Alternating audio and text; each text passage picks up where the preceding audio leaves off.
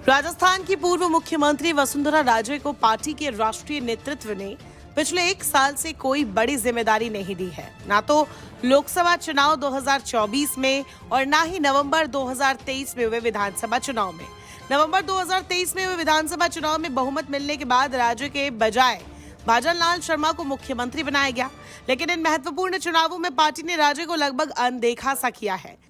माना जा रहा है कि इसी अनदेखी की वजह से राज्य पिछले करीब 1 साल से नाराज है। अधिकतर समय वो शांत ही रही, लेकिन कई बार ऐसे मौके भी आए जब उन्होंने इशारों में अपने तेवर दिखा दिए। हाल ही में 7 विधानसभा सीटों पर हुए उपचुनाव में भी राज्य को कोई खास जिम्मेदारी नहीं दी गई। नतीजों में पार्टी को रिकॉर्ड जीत हासिल हुई, लेकिन जीत के जश्न के बीच एक बार फिर वसुंधरा राजे की नाराजगी की खबरें सामने आई। हाल ही में राजे ने एक और चौंकाने वाला बयान दिया। शनिवार 23 नवंबर को राजे ने एक कार्यक्रम में कहा, बादल कुछ देर तो सूरज को अदृश्य कर सकते हैं, पर सूर्य की दमक को रोकने का सामर्थ्य उनमें नहीं होता है। राजे ने यह भी कहा कि लोग पीठ में छुरा घोंपने में माहिर होते हैं। राजे के इस बयान से खलबली सी मच गई। झालरा पाटन में ये बयान देने के बाद राजे ने अपने ट्विटर हैंडल पर ये लाइनें भी लिखी और गुस्से वाली एक फोटो भी लगाई। राज्य के इस तेवर से राजनीतिक गलियारों में ऐसे कयास लगाए जाने लगे कि क्या अब राज्य का गुस्सा फूटने वाला है। साल भर से शांत बैठी राज्य के अगले कदम का सब इंतजार करने लगे हैं। चलिए राज्य के कुछ दूसरे बयानों का भी जिक्र कर लेते हैं। इसी साल अगस्त के पहले सप्ताह में एक कार्यक्रम के दौरान राज्य ने कहा था कि राजनीति का दूसरा नाम उतार चढ़ाव है। हर इंसान को इस दौर से गुजरना पड़ता है। राज्य ने कहा था कि हर व्यक्ति को 3 चीजों पर ध्यान देने की जरूरत है, पद, कद और मद। हर व्यक्ति को इसी दौर में से गुजरना पड़ता है, पर हर व्यक्ति के समक्ष जब ये इस चीजों के बारे में सोचता है तो 3 चीज ध्यान में आने की जरूरत है। महाराज, ये 3 चीज का बना होता है, पद, मद और कद।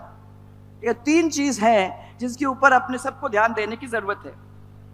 आप सब जानते हैं कि पद और मद ये तो स्थायी है नहीं, परंतु एक ही चीज है और वो है कद।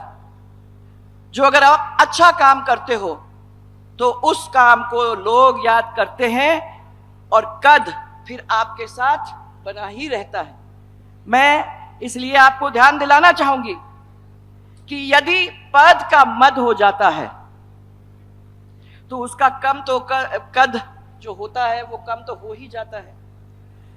आज के दौर में ये होता रहता है, परंतु मैं जानती हूं कि वो आपके सामने आज एक ऐसे कार्यकर्ता हैं जो कभी पद का मद नहीं करेगा और आप लोगों को सराखों पे लेकर आगे चलाने की बात करने में कोई कसर नहीं छोड़ेगा। उस वक्त मदन राठौर को राजस्थान प्रदेश अध्यक्ष के पद पर चुना गया था।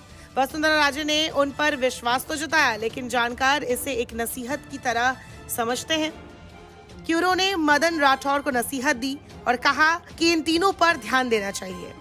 ठीक इसी तरह सितंबर के पहले सप्ताह में ओम माथुर को राज्यपाल नियुक्त किए जाने के बाद अभिनंदन समारोह हुआ था। इस समारोह में मुख्यमंत्री भजन लाल शर्मा सहित पार्टी के सभी वरिष्ठ पदाधिकारी मौजूद थे।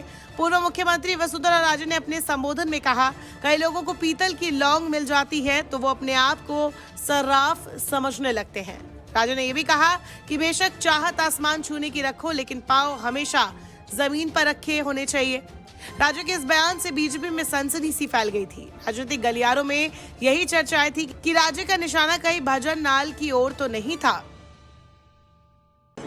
ऐसे लोग बहुत सारे हैं, भाई साहब, जिन्हें पीतल की लौंग नहीं मिल जाती है ना तो वो अपने आप को सर्राफ मानने लगते हैं।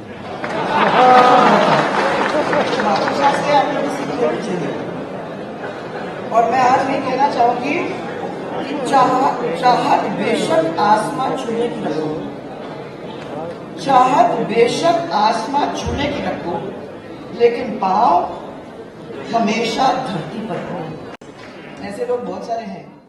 जब से वसुंधरा राजे को केंद्रीय नेतृत्व ने नजरअंदाज किया है, तब से उन्होंने पार्टी के कार्यक्रमों में लगभग दूरी सी बना रखी है।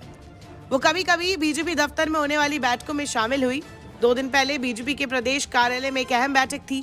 इस बैठक में शामिल होने के लिए राज्य बीजेपी मुख्यालय पहुंची थी, लेकिन बैठक सही समय पर शुरू नहीं हुई तो राज्य 15 मिनट रुककर रवाना हो गई। बैठक में शामिल होने के लिए मुख्यमंत्री भजनलाल शर्मा और बाकी बड़े नेता देरी से पहुंचे थे। उनके आने से पहले ही राज्य रवाना हो गई। राज्य ने कहा कि उनकी फ्लाइट है और उन्हें कहीं जरूरी काम पर बाहर जाना है। ऐसे में राजनीतिक गलियारे में वसुंधरा के तेवर को लेकर एक बार फिर कयास लगाए जाने लगे हैं कि आखिरकार वसुंधरा राजे का अगला कदम क्या होने वाला है। नमस्कार, मैं हूं मानक गुप्ता। अगर आपको हमारा ये वीडियो पसंद आया हो तो इसे लाइक और शेयर जरूर करें और हां, हमें सब्सक्राइब और फॉलो करना ना भूलें ताकि आप देश और दुनिया की कोई खबर मिस ना करें। तो जुड़े रहिए हमारे साथ और देखते रहिए न्यूज़ 24।